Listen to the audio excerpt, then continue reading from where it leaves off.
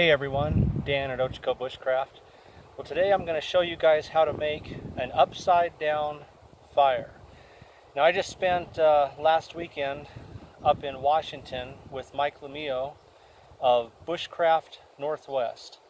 We spent 2 days up in the woods practicing primitive cooking skills, and we did, constant fires. And Mike is a huge fan of building his fires upside down, basically taking all of the biggest stuff and putting it on the bottom, and then the medium sized stuff on top of that, and then the small on top of that, and then your tinder bundle or whatever you're using on the very top of that, so everything burns down. Well, it's pretty much the opposite of the way I've always done my fires. I've always started with my tinder bundle or shavings, maybe a little log cabin or a teepee on the bottom, and then gradually added the medium and the bigger and bigger all the way up to the big stuff. Well, after spending the weekend up there with Mike, I have to say I'm quite impressed with his technique. The fires burned hotter. We had a bed of coals for cooking a lot longer. They were easier to get going and just took a lot less work. It was basically, once we got the top layer going, it was a matter of going and doing our own thing, for the next couple hours, carving and working on other projects and whatnot, while the fire did its thing and burnt down and finally gave us a big bed of coals to cook in. So anyway, I'm going to show you guys how we cooked our fires up there, or made our fires up there and used for cooking and whatnot. Upside down fire. So I already have one big log sitting in here, and I got a couple more cut to go in, and I'm leaving a little bit of airspace between them so the coals from above are going to fall down in between and get these burning and get underneath them and whatnot. Okay, then I'm going to put medium on top of the bigger stuff.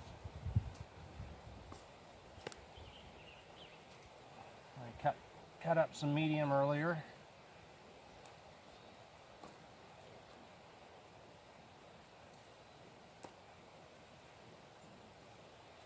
And do like another layer of that.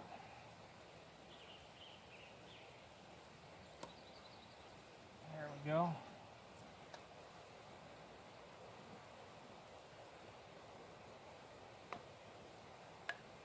Okay. Throw a little bit smaller, but still medium size up here on top of that.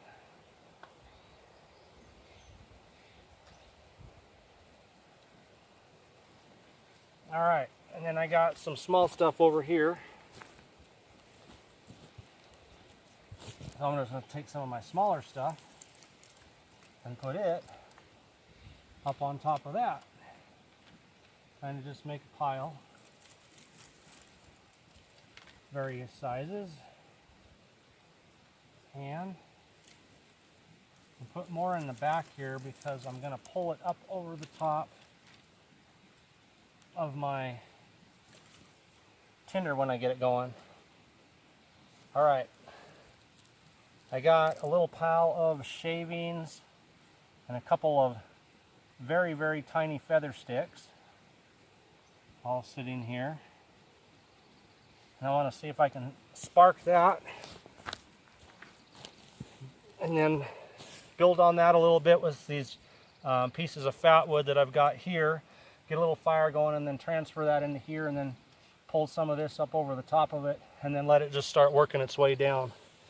And then for the next several hours, I'll be good to go. I can go off and do other things, take a hike, whatnot. When I come back, I'm going to have a nice bed of coals here, and I'm actually going to cook my lunch on top of a hot rock, which later on I will be doing a video of in the future. But for now, I'm just going to show you the fire. So let's see if we can get this going with just a spark. I hope I don't have to pull out a match.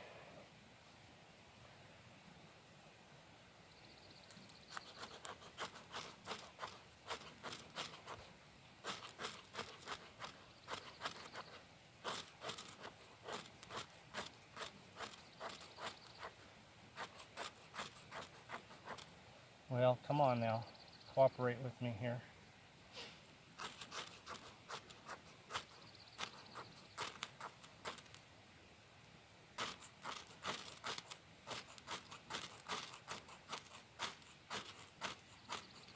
There we go. Had to work for it a little bit, but by the way, it's been raining out here for the past 5 straight days. Today's the first day that there's a break in the rain, so finding stuff that was completely dry wasn't the easiest. All right, I'm gonna get this going a little bit, and when it gets to going, I'm gonna transfer it right up there on top.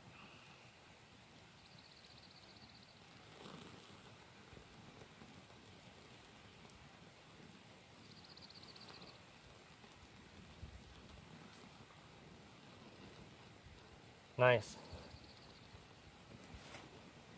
All right. Well, I didn't have to break out a match, so that's success number 1. Now if we can get it transferred up here and get all this burning nicely and going. The wind's changed direction on me a little bit, but at least it's still not going to be blowing the smoke into my face when I'm sitting here in front of the fire. All right, let's see if we can't move this. Just real gently, maybe slide it down. There we go. Nice. Okay. As I said, I'm going to pull some of this stuff up over the top. And I got a few more small ones over here and throw up on top.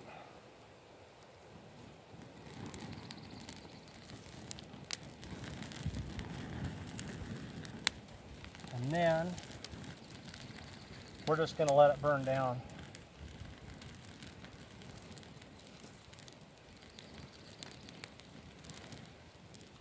And it will. It'll, in no time at all, it's going to start burning downward.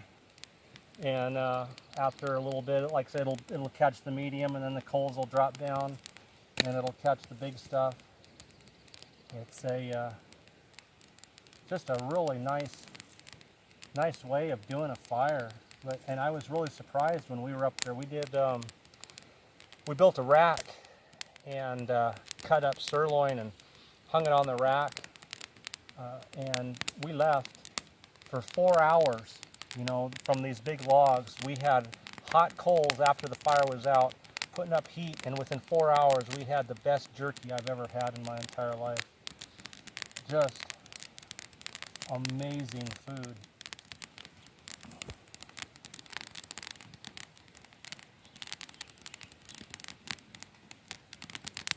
Well, that one's not going to stay. There we go. That should be good. That should take off here and just burn down. And I'll be right back. I'll show you guys what I got here.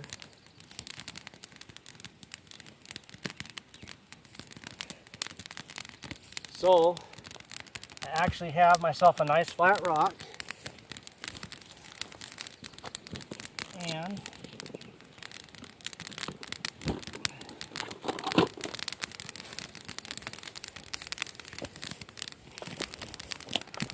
bacon. So what I'm going to do, I'm going to take a hike. I'm going to go for a walk up the creek. There's a creek behind me. I'm going to go out and walk the creek for a while, enjoy the scenery. I got some carving I want to do. And I'm just going to let this burn and do its own thing. It's going to burn down and give me a nice bed of coals. Then I'm going to pull some of the coals out here in front, and I'm going to put this flat rock right here in the coals and let it get nice and hot for me. In fact, I'm going to leave it right here now so that it starts heating up. That way I'm not throwing a cold rock into a whole bunch of intense heat and risking the rock cracking, although this one's pretty thick and probably won't, but thinner ones often will if you do that. So it'll start warming up right now. It's just sitting by the fire. And then I'll rake some coals out, set this right on top of the coals, and lay my bacon out. You can use just a stick. I brought a fork with me, but you can use a stick or two sticks, like what do they call those, chopsticks, to turn your bacon over. And there's going to be grease left on top of this rock. I got eggs too. I'm going to crack the eggs open in the bacon grease, fry up eggs, and I'm going to have me a nice bacon and egg lunch. And as I said, in a future video, I'll do the cooking. Right now it's going to be a couple hours probably before I'm ready to use the coals from this fire. And unfortunately, the system I have for videoing won't let me pause and pick up later. If I turn my phone off, it stops and then starts a new video, and I don't have the equipment to connect them together. So I do guarantee you guys at a later date, I'm going to actually do several cooking videos for you. I'm going to do some steelhead or other fish over coals or the fire on split willows. We're going to do cooking various meals on hot rocks, including some homemade breads. Just my least favorite thing about bushcraft, and I love bushcraft, is doing dishes. I absolutely hate coming out, cooking a nice meal, and then afterwards I got pots and pans that I got to scrub all the black off before I can put them away. Otherwise they're going to get black all over everything, clean out the inside and whatnot. Just a personal thing. And over the weekend when we did all of our cooking basically either on sticks or on a rock, no dishes. Fantastic way to go. Nature provides the plate and the silverware. So guys, as I said, this is an upside down fire. You can see the fire is working its way down. The coals are falling down in between the medium-sized stuff now, and the medium-sized stuff is starting to come alive. And they'll fall down into the next medium layer after a while, and from there the hot coals are going to fall down between those big ones. Remember, I left a space between those three, and then they're going to start burning. And as they burn, they're going to turn to coals, and the coals from the top are going to come down, and I'm just going to have this huge bed of hot coals to cook with. And the other nice thing about the upside down fire is if you're looking for a lot of warmth in cold weather, again, this is going to burn for a long time, and I can put bigger stuff than that. I mean a lot bigger stuff than that on the bottom. I can go a whole nother size up and make another layer and basically do something like this before bed and have heat all night. Might get up one time to throw a few sticks or something, and maybe not. I might have coals till morning. I've heard of these fires like this burning for better than 20 hours. So unless I'm deliberately just building a small fire, maybe to heat up a cup of water real quick or get my hands warm, whatever the reason, if I'm doing something like that, I'll still do my regular small fire. But if I'm going to be doing a fire for warmth or for cooking, I've decided to adopt Mike's upside down fire technique. After, like I said, spending the whole weekend out there using it for cooking all of our meals on, and for warmth, because it did rain quite a bit while we were out there and the wind blew and it put off a lot of heat. I'm going to keep using it. So guys, Dan at Ochiko Bushcraft upside down fire. If you guys haven't done one, try one. If you have, you know, you're a step ahead of me, because this is, other than what I did in Washington with Mike, this is the first one I've ever done on my own. Thanks guys for tuning in, and enjoy yourselves out there this summer.